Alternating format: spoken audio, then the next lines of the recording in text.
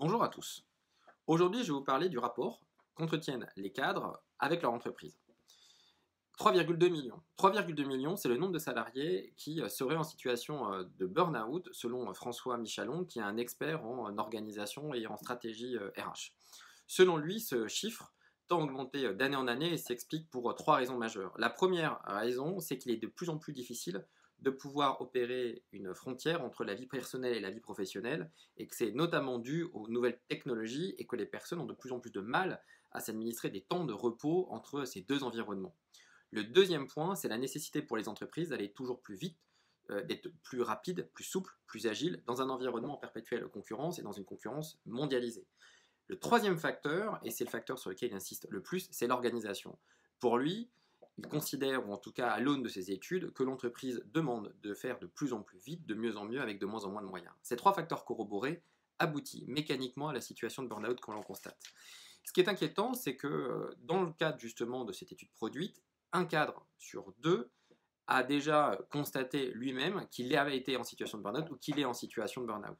Et toujours dans cette étude, il demande à être accompagné au sein des organisations par les politiques RH qui sont adaptées. Alors, vous allez me dire, mais Julien, l'accompagnement RH existe déjà. On parle de plus en plus de qualité de vie au travail, de plus en plus de Chief Happiness Officer, de plus en plus de situations accompagnées dans le cadre de mesures de yoga, de sport, on parle même des paniers repas aux salariés. Et en fait, ce que dit l'étude, et à titre personnel, je suis assez en phase avec cette étude-là, elle est de dire c'est absolument pas le sujet et c'est pas du tout ce que les salariés demandent au sein des organisations. Au regard des trois facteurs expliquant une situation dysfonctionnante, on voit bien que ce n'est pas en payant des paniers repas ou en ayant du sport pris en charge par l'entreprise que ça va répondre à ces problématiques-là. Et on peut donc se demander comment la qualité de vie au travail est prise en charge dans les entreprises. Et là, c'est intéressant, c'est qu'une étude qui a été rendue il n'y a pas si longtemps par le magazine RH Info, qui a interviewé un peu plus de 700 personnes, dont les 2 tiers sont membres de la communauté des ressources humaines. Et vous verrez que c'est important autour de cette qualité de vie au travail. Lisons ce que dit l'article. Quand on parle de bien-être au travail, 22,6% estiment que leur entreprise ne s'y intéresse pas du tout. 55,6% uniquement de manière superficielle, et seuls 21,8% se déclarent satisfaits de l'entreprise que l'entreprise porte à ce sujet-là. L'écrasante majorité des salariés répondants pensent donc que le bien-être au travail, nonobstant la forte actualité de la QVT, n'est pas un vrai sujet pour l'entreprise. Rappelons que les 2 tiers d'entre eux exercent dans les RH. Ça nous semble significatif. Et donc c'est bien là le sujet. C'est que foncièrement, les RH eux-mêmes constatent que le sujet de la QVT n'est pas un vrai sujet. Et on pourrait se dire, finalement, ça ne touche que la situation de burn-out peut-être. Eh bien, pas forcément. Et c'est là où une autre étude vient corroborer, ou en tout cas donner des clés de lecture complémentaires. Tout d'abord, ça part plutôt bien, puisqu'on expose que 80% des cadres sont heureux dans leur travail. C'est absolument génial. Et d'ailleurs, à peu près 20% d'entre eux sont même très heureux et très épanouis. Donc c'est plutôt très encourageant. Ça veut dire que les cadres, globalement, apprécient de manière importante leur travail. Et c'est important de préciser leur activité et leur travail. Après, dans les termes qui reviennent, et c'est là où c'est plus questionnant, 26% parlent de motivation. Sur l'encadrement, finalement, c'est quand même pas beaucoup. Et 17% d'épanouissement. Et pour l'étude, c'est plutôt des chiffres qui sont déjà engageants et plutôt positifs. Et 23% dans cette étude dit qu'il est stressé quand il va sur son lieu d'activité. Rappelons qu'on est sur de l'encadrement, c'est donc pas extrêmement étonnant qu'il y ait une dose de stress qui fait partie de la fonction qui soit requise. En revanche, ce qui est plus étonnant, c'est que 61% des cadres ne perçoivent aucune évolution. 59, aucune augmentation de salaire. 58 ne se sentent plus en adéquation ou pas en adéquation avec les valeurs de l'entreprise. Et enfin, 57% se déclarent ne rien apprendre. Vous vous rendez compte, 6 cadres sur 10 déclarent à date ne rien apprendre dans leur activité.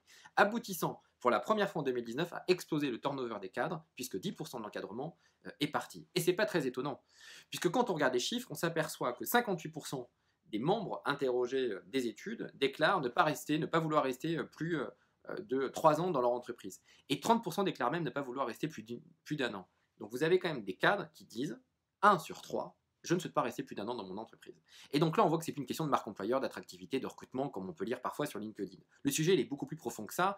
Il est qu'est-ce que moi je vends, qu'est-ce que j'expose, versus qu'est-ce qui se passe concrètement. Et je dirais que les entreprises feraient mieux de passer un peu plus de temps à développer des politiques RH construites, cohérentes, plutôt que vouloir passer énormément de temps à vouloir développer leur marque employeur et les politiques de communication dévolues à cet effet.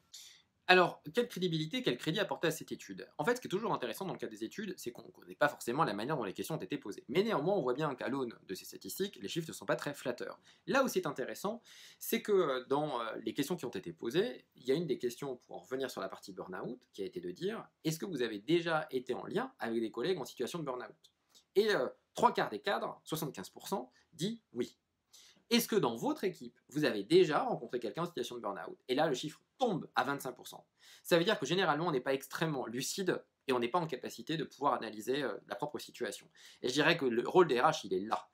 C'est très compliqué dans son équipe de pouvoir être lucide et de pouvoir être complètement factuel et objectif pour déceler une situation de burn-out. Le rôle des ressources humaines, notamment dans l'organisation au sens très large, c'est bien et bien de pouvoir accompagner les cadres.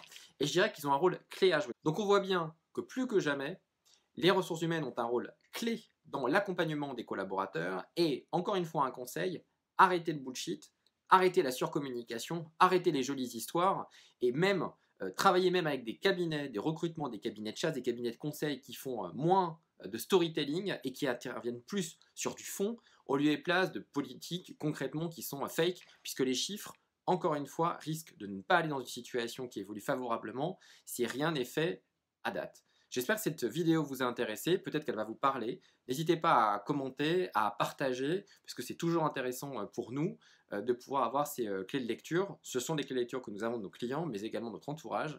Donc c'est toujours avec un grand plaisir qu'on est amené à pouvoir échanger avec vous. À très bientôt.